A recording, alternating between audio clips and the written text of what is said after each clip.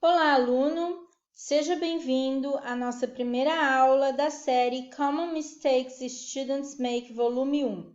Nessa aula, vamos falar dos erros mais comuns que os alunos cometem quando usam will e would. Embora muitos alunos acreditem que will e would sejam verbos auxiliares, na verdade, eles são verbos modais. Os verbos modais são verbos que fazem a interrogativa e a negativa das orações da mesma maneira que os verbos auxiliares, porém, eles possuem algumas características diferentes. Por isso, não podem ser chamados de verbos auxiliares. Só para a gente relembrar aqui, vamos ver quais são os verbos modais. Can, could, may, might, should, must e o have to. Bom, a primeira diferença aí é que eles não possuem três colunas como os verbos auxiliares e os outros verbos. No caso aí temos o to be, was, were e been, que é o meu auxiliar dos tempos contínuos. Temos o to do, did, done, que é o meu auxiliar de presente e passado. Temos o have, had, que é o meu auxiliar dos tempos perfeitos. Todos possuem a coluna do infinitivo, do passado e do particípio passado. Eles também não recebem o S nas terceiras pessoas do singular no presente. Então, eu digo, she runs 5 kilometers every day e she will run 5 kilometers tomorrow, e não she wills. Um outro erro muito comum também é que, às vezes, os alunos colocam o S no verbo run, she will runs, mas não vai acontecer isso, porque o run, nesse caso, está sendo usado na sua forma de infinitivo. Mesmo que o verbo que venha depois dele esteja no infinitivo, vamos usar o base form, que é o infinitivo sem o to.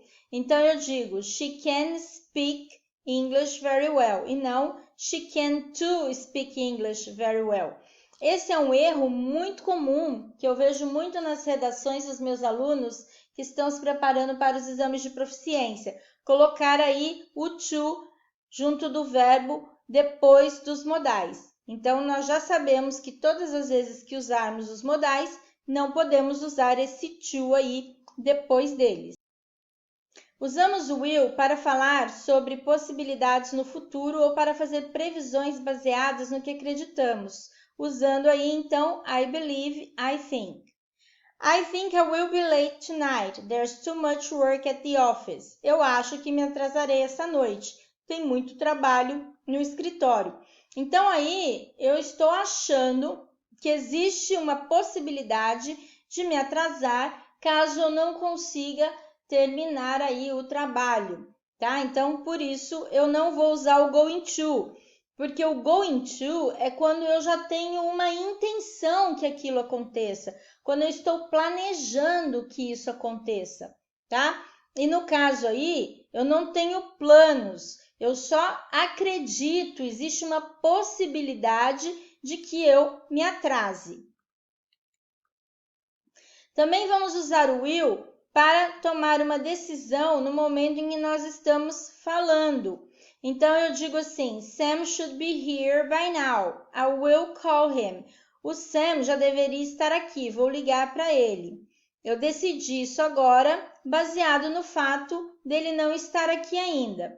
Então, olha só, aqui também não cabe o going to, porque o going to é quando você está fazendo um plano, quando você tem uma intenção de fazer alguma coisa e você não chegou no local pensando, eu vou ligar pro Sam, eu vou ligar pro Sam. Não, você tomou aquela decisão naquele momento porque você estranhou o fato dele ainda não ter chegado. Também usamos will para fazer promessas. I won't be late, mom. Não chegarei tarde, mãe. Ou então para oferecer alguma coisa para alguém. Então eu digo, I'll give you a lift home after the party. Eu te darei uma carona depois da festa. Então ali também naquele momento, eu estou oferecendo para um colega a carona. No inglês, quando a gente fala de futuro, nós vamos ter três formas, O presente simples para falar de schedules, que são horários. Por exemplo, the film starts at 8 p.m. O filme começa às 8 da noite. Também vamos usar o going to, como eu já disse, para planos e intenções. I'm going to travel next year. Então, eu tenho um plano. Se eu digo I'm traveling in January e uso aí o presente continuous ao invés do going to, eu já fiz um arrangement. Já está certa a minha viagem, deixou de ser plano. Eu já liguei na agência, já contratei o pacote, já paguei, então a minha viagem já está programada. O inglês ele é uma língua muito conceitual, por isso é muito importante você saber o que você vai usar em cada situação, porque você pode passar a mensagem errada para aquela pessoa com quem você está falando. Então, quando nós usamos when, if, as soon as e until, nós precisamos prestar bastante atenção, porque depois deles nós vamos usar sempre o presente simples. No português, nós teríamos que construir uma frase no futuro do subjuntivo, que seria quando eu chegar, quando eu for, quando eu fizer. Mas eu não tenho esse modo verbal no inglês. Então, olha só, como é que a gente vai construir esse tipo de oração? Ou eu vou usar a forma imperativa mais o presente simples, como nesse exemplo aqui, call me as soon as you arrive home. Me ligue assim que você chegar em casa, e não as soon as you will arrive, que isso é um erro muito comum também, que eu percebo quando corrijo aqui os meus alunos. Ou então, no if clause, que é o primeiro condicional aí para falar de uma possibilidade de futuro. Quando eu tenho a oração principal com o future will e a que vem lá com o if no presente simples. You will pass the exams if you study hard. Você passará no exame se estudar arduamente e não if you will study hard, que também é um erro muito comum que os alunos fazem aí na hora de falar e na hora de escrever. Bom, would na negativa fica wouldn't, e ele vai ser usado no nosso futuro do pretérito. Enquanto will vai dar a ideia de farei, irei, o would vai dar a ideia de faria, iria. Bom, ele vai ser usado para descrever situações hipotéticas ou impossíveis de acontecerem, baseadas em situações que não existem ainda ou que não podem existir. Aí, no caso, tem também um condicional, né? O second conditional. Então, eu vou usar if I were you, I would tell her the truth. Se eu fosse você, eu contaria a verdade para ela. Mas eu não sou você, então não tem nada que eu possa fazer. Por isso que nós estamos falando de situações hipotéticas. Talvez esse uso do would você ainda não conheça porque ele não é muito falado, né, nas escolas de inglês.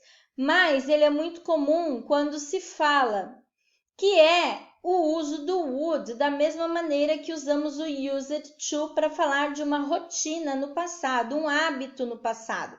Então eu digo assim: When I was a child, I would go to church every Sunday. Quando eu era criança, eu ia para a igreja todos os domingos.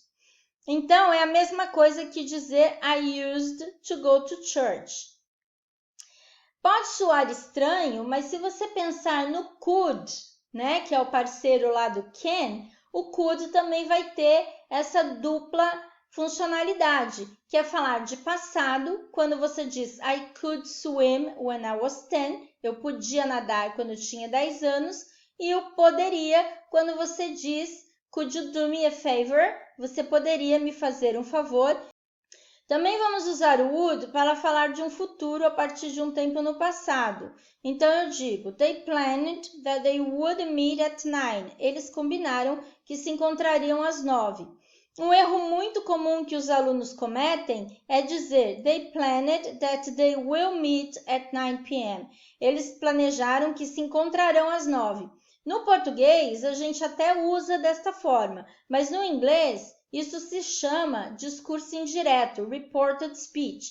E aí, eu preciso usar os dois verbos aí no passado.